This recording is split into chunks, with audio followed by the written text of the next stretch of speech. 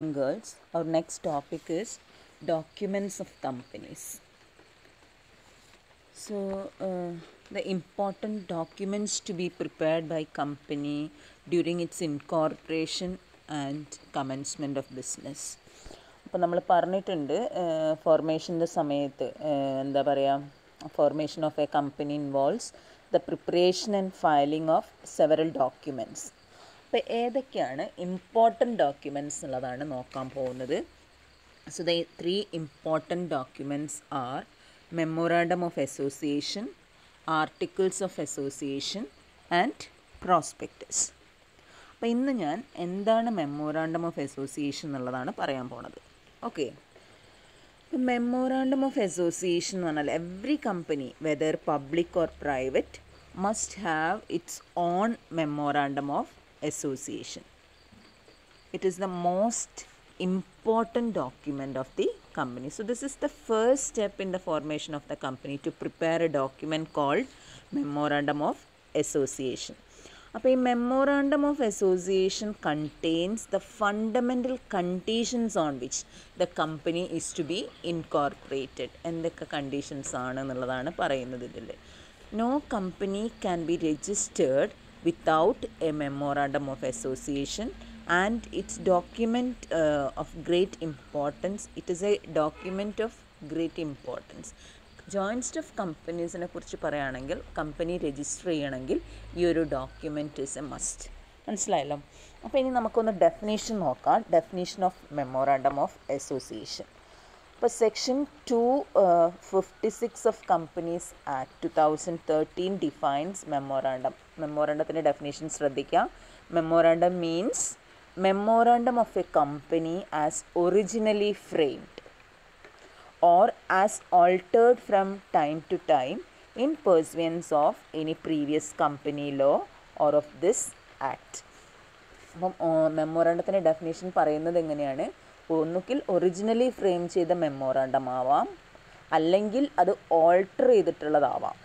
ചില alterations changes ഒക്കെ വരുത്തും. അതാണ് ഓൾട്ടറേഷൻ ഓഫ് മെമ്മോറാണ്ടം എന്ന് പറയുന്നത്. പെട്ടെന്നൊന്നും നടത്താൻ പറ്റില്ല. കമ്പനി മീറ്റിംഗ് വിളിച്ചിട്ടൊക്കെ അതിൽ ഇതൊക്കെ പാസ്സാക്കിയിട്ട് വേണം മെമ്മോറാണ്ടത്തിൽ ചേഞ്ചസ് വരുത്താൻ വേണ്ടിയിട്ട്. അപ്പം അങ്ങനെ ഒന്ന് 2013 കമ്പനീസ് ആക്ട് അനുസരിച്ചിട്ടോ അല്ലെങ്കിൽ അതിൻ്റെ മുമ്പുള്ള ഏതെങ്കിലും ആക്ട് അനുസരിച്ചിട്ടോ എന്താ പറയുക ഓൾട്ടർ ചെയ്തിരിക്കുന്നതും ആവാം എന്നാണ് പറയുന്നത്. മനസ്സിലായോ? അപ്പം മെമ്മോറാണ്ടം എന്ന് പറഞ്ഞാൽ എന്താ?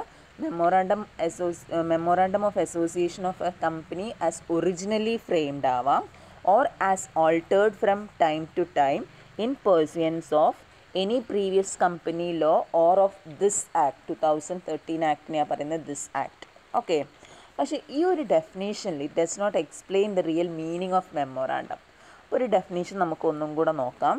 മെമ്മോറാണ്ടത്തിൻ്റെ ഡെഫിനേഷൻ തന്നിരിക്കുന്നത് നിങ്ങളുടെ ടെക്സ്റ്റിലുണ്ട്. ലോർഡ് മാക്മില്ലൻ്റെ ഒരു definition. The purpose of memorandum is to enable the shareholders, creditors and all those who deal with the company to know what is its permitted range of enterprises. അതായത് മെമ്മോറാണ്ടത്തിൻ്റെ main ലക്ഷ്യം, purpose എന്താണെന്നാണ് പറയുന്നത്? Share holders, creditors, അതേമാതിരി കമ്പനിയായി deal ചെയ്യുന്നവർക്കൊക്കെ എന്ത് information കൊടുക്കുക എന്നുള്ളതാണ്.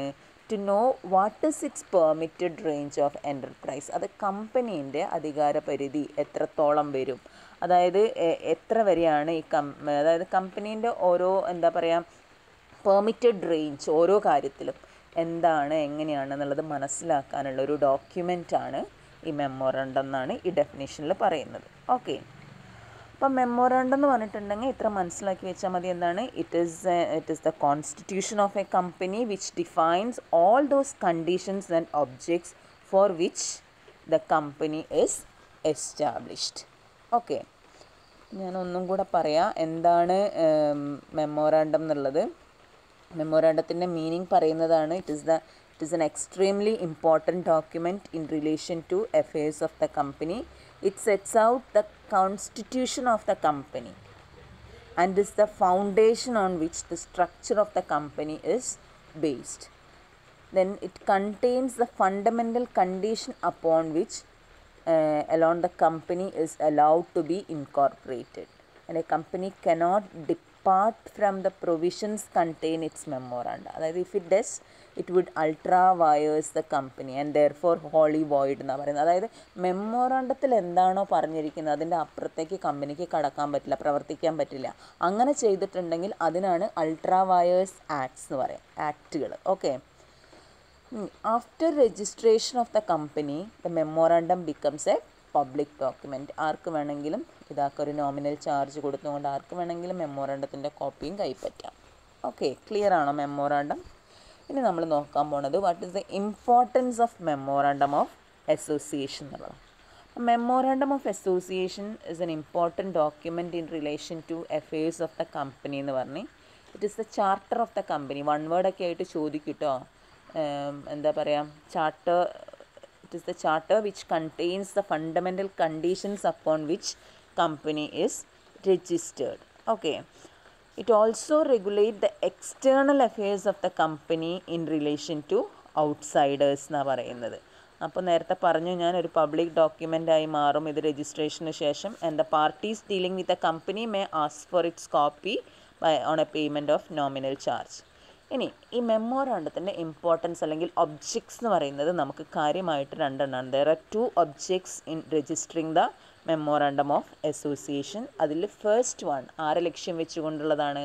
Prospective share holders. അതായത് കമ്പനിയിൽ ഭാവിയിൽ ഇൻവെസ്റ്റ് ചെയ്യാൻ പോകുന്ന പ്രോസ്പെക്റ്റീവ് ഇൻവെസ്റ്റേഴ്സ് ഉണ്ടാവില്ലേ, ഷെയർ ഹോൾഡേഴ്സ് ഉണ്ടാവില്ലേ, അവർക്ക് എന്ത് കൊടുക്കുക എന്നുള്ളതാണ്. Prospective share holders know the field in or the purpose for which the money is going to be used by the company and the risk of their investment. ഒരു share holder ഒരു കമ്പനിയിൽ invest ചെയ്യുകയാണെങ്കിൽ അവരുടെ മണി, അവരുടെ amount ഏത് രീതിയിലാണ് അവർ use ചെയ്യാൻ പോകുന്നത്, അതേമാതിരി അവരുടെ ഇൻവെസ്റ്റ്മെൻറ്റിൻ്റെ റിസ്ക് എത്രത്തോളം ഉണ്ട്, ഇതെല്ലാം ഒരു പ്രോസ്പെക്റ്റീവ് ഷെയർ ഹോൾഡർക്ക് അറിയാൻ പറ്റും മെമ്മോറാണ്ടം നോക്കിയിട്ടുണ്ടെങ്കിൽ.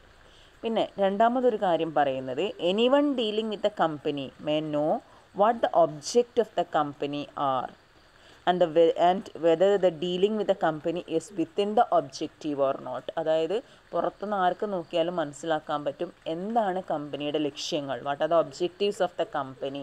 എന്നിട്ട് ആ കമ്പനി അതിൻ്റെ പുറത്തേക്ക് കടക്കുന്നുണ്ടോ, അവരുടെ ആ ഒരു എന്തൊക്കെ ലക്ഷ്യത്തോടു കൂടിയാണോ അവർ കമ്പനി ഫോം ചെയ്തിരിക്കുന്നത് ആ ഒബ്ജക്ട്സിൻ്റെ പുറത്തേക്ക് കടക്കുന്നുണ്ടോ എന്നൊക്കെ അറിയാൻ പറ്റും. മനസ്സിലാവുന്നുണ്ടോ?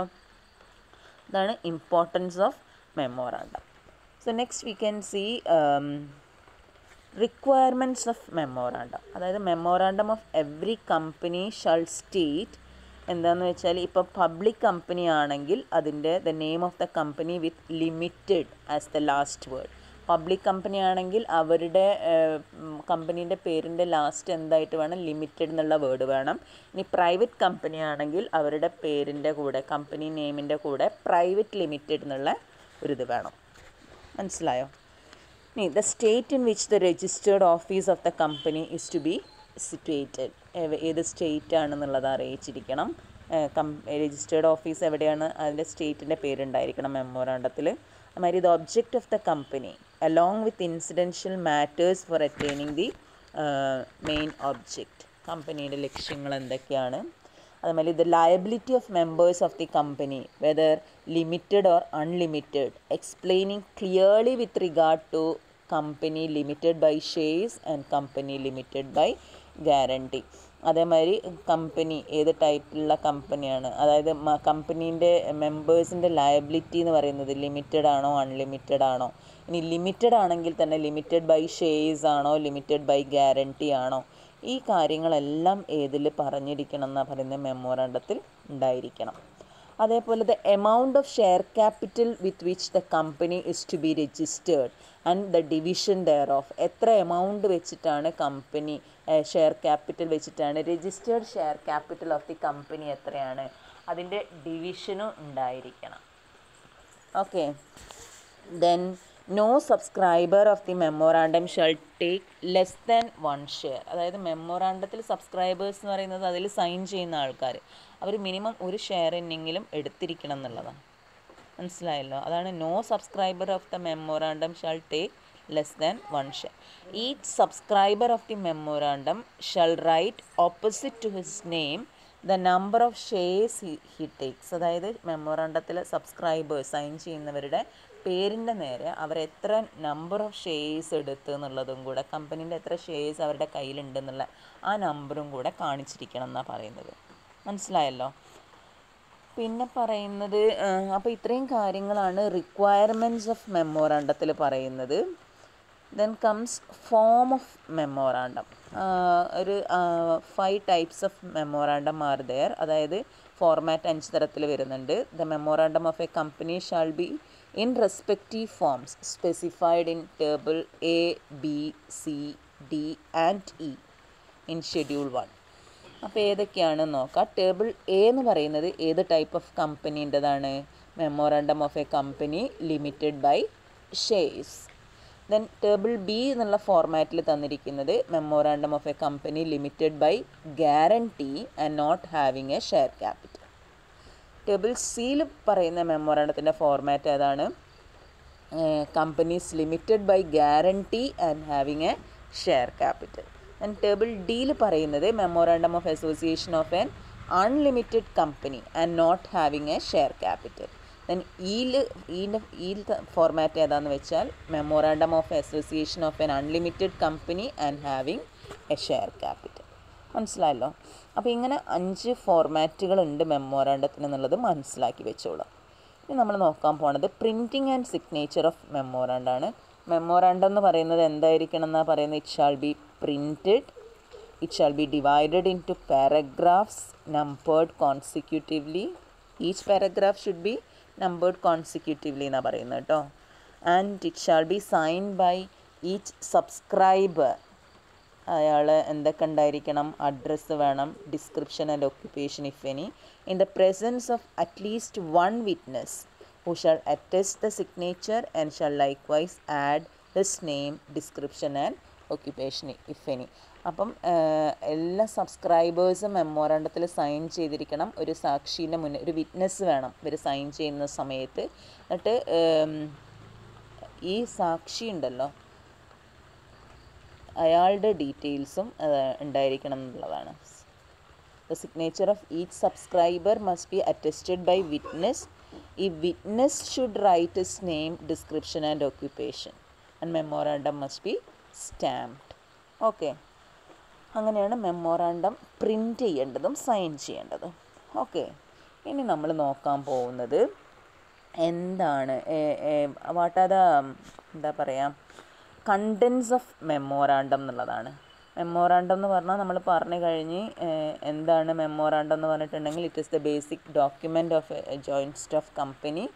It is known as the charter of the company and it sets out limits outside which the company cannot go then to enable the shareholders, creditors and all those who deal with the company. അപ്പോൾ contents of memorandum അല്ലെങ്കിൽ closes of memorandum ഏതൊക്കെയാണെന്നുള്ളത് ഇനി നമ്മൾ നോക്കാൻ പോണത്. Section 4 of the Companies Act 2013 deal with Memorandum of Association. A memorandum contains the following fundamental conditions upon which a company is allowed to be corporated എന്നാണ് പറയുന്നത്. അപ്പോൾ എന്തൊക്കെയാണ് ഈ ഒരു മെമ്മോറാണ്ടത്തിൽ ഉണ്ടാവുക എന്നുള്ളതാണ് ഇനി നമ്മൾ നോക്കാൻ പോകുന്നത്. First one is name clause. Name close. Second one situation close. then object clause, liability clause, capital clause and association clause. ഓരോന്നും എന്താണെന്നുള്ളത് ഇനി നമ്മൾ നോക്കാൻ പോകുന്നത്. First one is name clause. Name clause എന്ന് പറഞ്ഞാൽ എന്താണെന്ന് വെച്ചാൽ this clause states the name under which the company is registered. A company നമ്മൾ പഠിച്ചല്ലോ, ഇടുന്ന സമയത്ത് a company may select any name but the name selected shall not be undesirable in the opinion of central government. അതേപോലെ the name shall not be misleading or closely resembling with that of an existing company. എന്ത് പേര് വേണമെങ്കിലും ഇടാം, പക്ഷേ ഈ 2 കാര്യങ്ങൾ ശ്രദ്ധിച്ചിരിക്കണം. നമ്മൾ അന്ന് പറഞ്ഞിട്ടുണ്ട്. So the first clause of a memorandum എന്ന് പറയുന്നത് ഇതാണ് നെയിം ക്ലോസ്. അപ്പോൾ A company being A legal entity must have A name for it's existence. So according to this act, the name of the company എന്ന് പറയുന്നത് public limited company ആണെങ്കിൽ അവരുടെ നെയിമിൻ്റെ കൂടെ limited എന്നുള്ള വേർഡ് ഉണ്ടായിരിക്കണം. പ്രൈവറ്റ് കമ്പനി ആണെങ്കിൽ ആ പ്രൈവറ്റ് കമ്പനീൻ്റെ പേരിൻ്റെ കൂടെ പ്രൈവറ്റ് ലിമിറ്റഡ് എന്നുള്ള പേരും ഉണ്ടായിരിക്കണം. But nothing in this clause shall apply to a company registered under section 8. Section 8 formation of companies with charitable purpose പറയുന്നുണ്ട്. അതിനൊന്നും ഇത് ബാധകമല്ല. Hence public limited company may use the last word limited along with its name, and private company use the last word as private limited along with its name. ഇത്ര കാര്യം ശ്രദ്ധിച്ചാൽ മതി. പിന്നെ identical name ആവരുത്, അൺഡിസൈറബിൾ നെയിം ആവരുത് എന്ന് പറഞ്ഞ് അതിനും എന്താ പറയുക, a company shall not be registered with a name which contains any word or expression which is likely to give the impression that the company is in any way connected with or having the patronage of the central government or state government or any local authority, corporation or body constituted by the central government. അങ്ങനെയുള്ള പേരുകളൊന്നും ആവരുത് എന്നുള്ളത് ശ്രദ്ധിച്ചാൽ മതി. Okay. അതേമാതിരി reservation of നെയിമിൽ എന്താ പറയുന്നത് വെച്ചാൽ A person may make an application in such form and manner and accompanied by such fee as may be prescribed to the registrar for the reservation of a name set out in the application as the name of the proposed company or the name to which the company proposes to changes its name. അപ്പം പേരിടാൻ പോകുന്ന സമയത്ത് അതിൻ്റെ ഒരു prescribed application ഫോമിൽ prescribed fees ഉണ്ടാവും. അത് വെച്ചിങ്ങാണ്ട് രജിസ്ട്രാർക്ക് apply ചെയ്യുക എന്താണ് കമ്പനീൻ്റെ പ്രൊപ്പോസ്ഡ് നെയിം എന്നുള്ളത്, പ്രൊപ്പോസ്ഡ് കമ്പനീൻ്റെ നെയിം എന്താണെന്നുള്ളത്. ഇനിയിപ്പോൾ ആ എക്സിസ്റ്റിംഗ് നെയിം ചേഞ്ച് ചെയ്യണമെന്നുണ്ടെങ്കിൽ അതും അങ്ങനെയാണെങ്കിൽ ആ ചേഞ്ച് ചെയ്യുന്ന നെയിമും കൊടുക്കണം. അപ്പോൾ ഇങ്ങനെ ഒരു ആപ്ലിക്കേഷൻ കിട്ടിക്കഴിഞ്ഞാൽ രജിസ്ട്രാർ എന്ത് ചെയ്യും? On the basis of information and documents furnished along with application reserve that name for a period of 60 days from the date of the application. ഇനി ഈ പേരിൻ്റെ ഇതിൽ ഒരു പെനാൽറ്റി വരുന്നുണ്ട്. എങ്ങനെയാണെന്ന് വെച്ചാൽ after reserving the name it is found that the name was applied by furnishing wrong or incorrect information, then if the company has not been incorporated the reserved name shall be cancelled എന്നാ പറഞ്ഞത്. And the person making application shall be liable to penalty which may extend to 1 lakh rupees എന്നാ പറയുന്നത്. അപ്പോൾ ഈ പേര് reserve ചെയ്ത് വെച്ചു, പിന്നെ ഇൻകോർപ്പറേറ്റ് ചെയ്യുന്നതിന് മുന്നേ അതിന് എന്തെങ്കിലും ഒരു പ്രശ്നം ഉണ്ടെന്ന് തോന്നിയിട്ടുണ്ടെങ്കിൽ, അതായത് റോങ് ഇൻഫർമേഷൻ കൊടുത്തുകൊണ്ടാണ് ഈ പേര് റിസർവ് ചെയ്ത് വെച്ചതെന്ന് അങ്ങനെ എന്തെങ്കിലും രജിസ്ട്രാർക്ക് തോന്നിയിട്ടുണ്ടെങ്കിൽ ഉടനെ ഇതിന് ഉത്തരവാദികളായിട്ടുള്ളവർക്ക് പെനാൽറ്റി ഇടും 1 lakh rupees വരെ. ഓക്കെ. അപ്പോൾ ഇതാണ് നെയിം ക്ലോസ് എന്നുള്ളത് മനസ്സിലാക്കി വെക്കണം. ഫസ്റ്റത്തെ ക്ലോസ് ആണ് മെമ്മോറാണ്ടത്തിലുള്ള എന്താണ് name close. Okay. Then second one is situation close. Situation close എന്ന് പറയുന്നത് നിങ്ങൾ ടെക്സ്റ്റിൽ രജിസ്റ്റേർഡ് ഓഫീസ് ക്ലോസ് എന്നാണ് പറഞ്ഞ് തന്നിരിക്കുന്നത്. അപ്പോൾ സിറ്റുവേഷൻ ക്ലോസ് അല്ലെങ്കിൽ രജിസ്റ്റേർഡ് ഓഫീസ് ക്ലോസ് എന്ന് പറഞ്ഞാൽ it gives the state in which the registered office of the company is situated. All communication and notices are to be address to the registered office. അതേമാതിരി the location of the registered office decides the domicile of the company എന്നാണ് പറയുന്നത്. So all important documents and statutory registers, കമ്പനീൻ്റെ എല്ലാ കാര്യങ്ങളും എവിടെയാണ് keep ചെയ്യേണ്ടത് എന്നാണ് പറയുന്നത്. It should B kept in the registered office of the company. അപ്പോൾ രജിസ്റ്റേർഡ് ഓഫീസ് ക്ലോസ് അല്ലെങ്കിൽ സിറ്റുവേഷൻ ക്ലോസിൽ എന്താ ഉണ്ടാവുക? It mentions the name of the state in which the registered office of the company is to be situated. Okay. ഇപ്പോൾ registered office clause is mentioned in the Companies Act of 2013 as a company shall on and from the 15th day of incorporation and at all times thereafter having a registered office capable of receiving and acknowledging all communications and notices as may be addressed to it.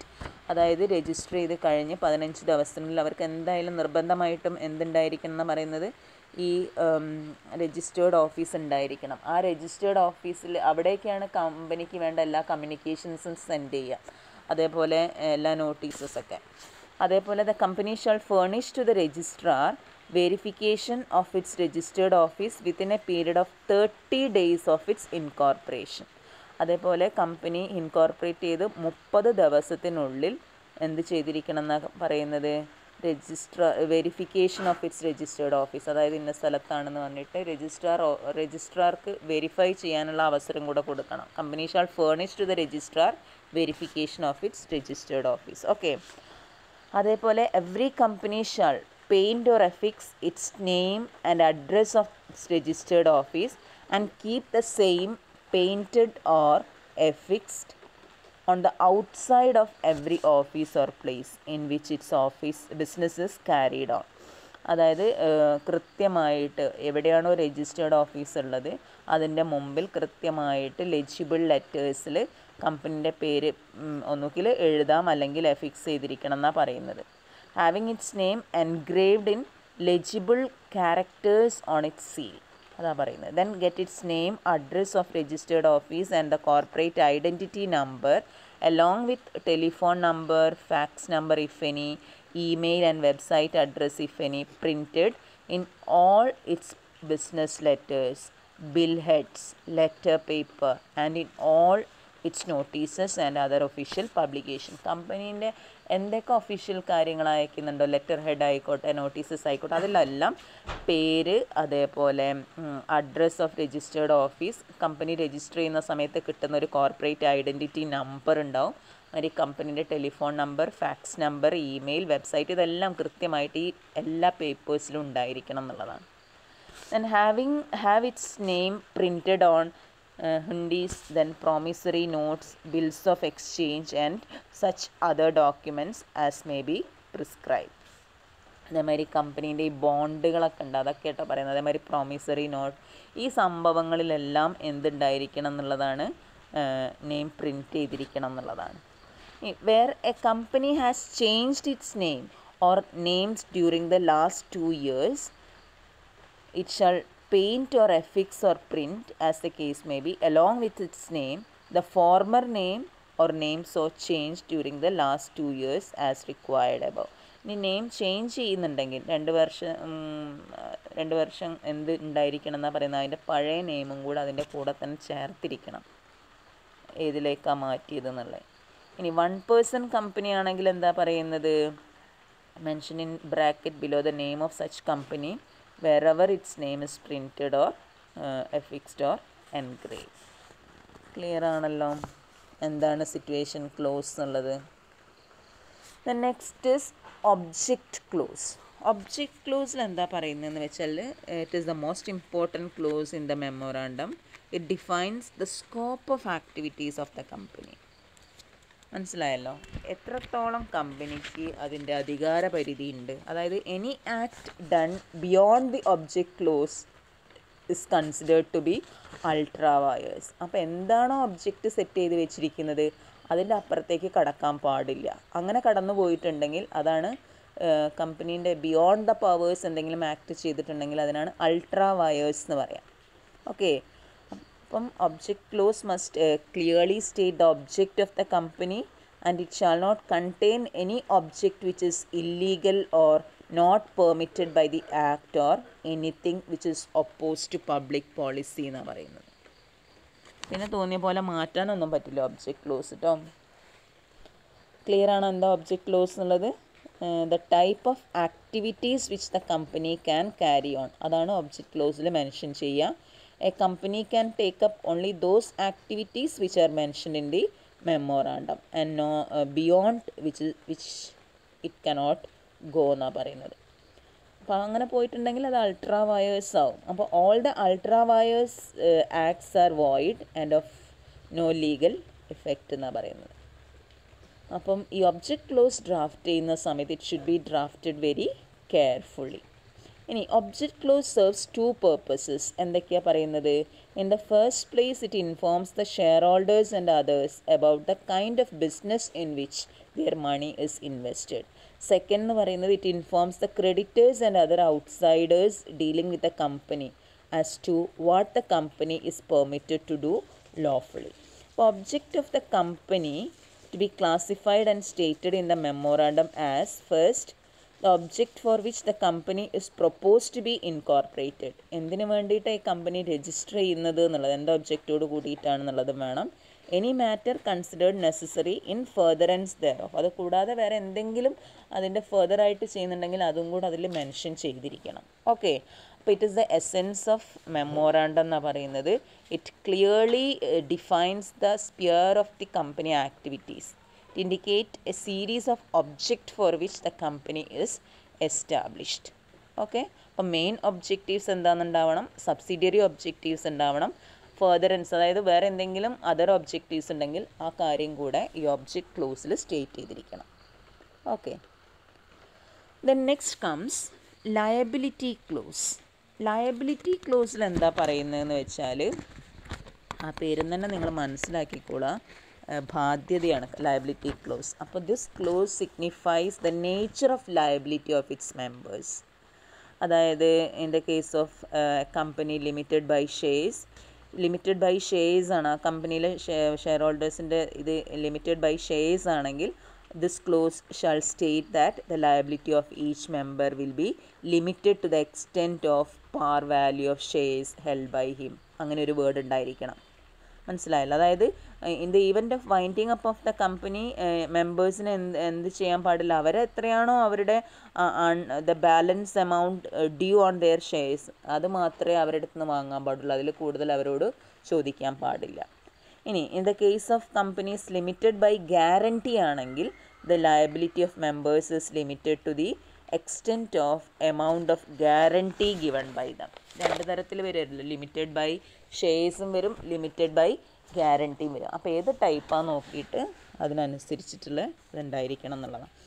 മനസ്സിലായല്ലോ? അപ്പോൾ the liability of members of company whether limited or unlimited and also state ഈ രണ്ട് കാര്യങ്ങൾ. ഇനി വേറൊരു കാര്യം പറയുന്നത്, in the case of a company limited by guarantee, the amount up to which each member undertakes to contribute to the assets of the company in the event of its being bound up while he is a member or within 1 year after he ceases to be a member for payment of debts and liabilities of. ഒന്നും കൂടെ detail ആയി പറഞ്ഞത് ഞാനിപ്പോൾ പറഞ്ഞത് തന്നെയാണ്. വൈൻഡപ്പിൻ്റെ സമയത്ത് എത്രയാണ് ഓരോ ഇപ്പോൾ ലിമിറ്റഡ് ബൈ ഗ്യാരണ്ടി ഉള്ള കമ്പനി ആണെങ്കിൽ അവരുടെ മെമ്പേഴ്സിൻ്റെ ലയബിലിറ്റി അങ്ങനെയാണെങ്കിൽ എത്രയാണ് ഓരോ മെമ്പറും ഇതിലേക്ക് കോൺട്രിബ്യൂട്ട് ചെയ്യുക വൈൻഡപ്പിൻ്റെ സമയത്ത് to the assets of the company. അതേമാതിരി to the cost charges and expenses of winding up and for adjustment of the rights of contributories among themselves. അപ്പോൾ ലയബിലിറ്റി ക്ലോസിൽ ഇത്രേ പറയുന്നുള്ളൂ. എന്താണ്? The liability of members is limited by guarantee ആണെങ്കിൽ it is limited to the extent of the value of shares purchased by them. ഇനി unpaid amount എത്രയാണോ അതാണ് കൊടുക്കേണ്ടത്. ഇപ്പം നമ്മളിങ്ങനെ പറയാറില്ല, ഇൻസ്റ്റാൾമെൻ്റ് ആയിട്ടാണ് ഷെയർസിൻ്റെ എമൗണ്ട് കൊടുക്കുന്നതെങ്കിൽ ആപ്ലിക്കേഷൻ മണിയും അലോട്ട്മെൻറ്റ് മണിയും ഫസ്റ്റ് കോളും കൊടുത്തു. ഇനി അൺപെയ്ഡ് എന്ന് പറയുന്നത് ബാലൻസ് കോൾ എത്രയാണോ അതിൻ്റെ മുകളിലുള്ളതായിരിക്കും കൊടുക്കാനാണ്. അപ്പോൾ അത് മാത്രമേ ലിമിറ്റഡ് ബൈ ഷെയർസ് ആണെങ്കിൽ അത്രേ ചോദിക്കാൻ പാടുള്ളൂ. ഇനി എത്രയാണോ അവരെ അൺപെയ്ഡ് ബാലൻസ് അതിൽ കൂടുതൽ അവരോട് ചോദിക്കാൻ പറ്റില്ല. ക്ലിയർ ആണോ? The next one is capital clause. Capital ക്ലോസിൽ എന്താ പറയുന്നതെന്ന് വെച്ചാൽ, the authorized capital or nominal capital with which the company is registered. It also states the division of authorized capital into shares of fixed par value or face value. അതേമാതിരി authorised or registered capital എന്ന് പറഞ്ഞാൽ എന്താ? It is the maximum amount of capital that can be raised by a company. Capital clause will be silent in case of company limited by guarantee having no share capital. നമ്മൾ പഠിച്ചല്ലോ, എന്താ പറയുക, memorandum of an company limited by guarantee not having a share capital, table B ആണ് അതിൻ്റെ format പറഞ്ഞിരിക്കുന്നത്. അതിൽ ഈ close ഉണ്ടാവില്ല, ക്യാപിറ്റൽ ക്ലോസ് ഉണ്ടാവില്ല, കാരണം അവർക്ക് ക്യാപിറ്റൽ ഇല്ല. മനസ്സിലായോ? ഓക്കെ, അപ്പോൾ അത് മനസ്സിലാക്കി വെക്കുക, ക്യാപിറ്റൽ ക്ലോസ് എന്താണെന്നുള്ളത്. ഓതറൈസ്ഡ് ക്യാപിറ്റൽ എത്രയാണെന്നുള്ളത് മെൻഷൻ ചെയ്തിരിക്കണം എന്നുള്ളതാണ്. But the classes of shares and their rights need not be given here. Such details are given in the articles. Then last one is association clause or subscription clause. This clause makes the subscribers to the memorandum declare their intention to form themselves into a company and agree to take the shares stated against their name.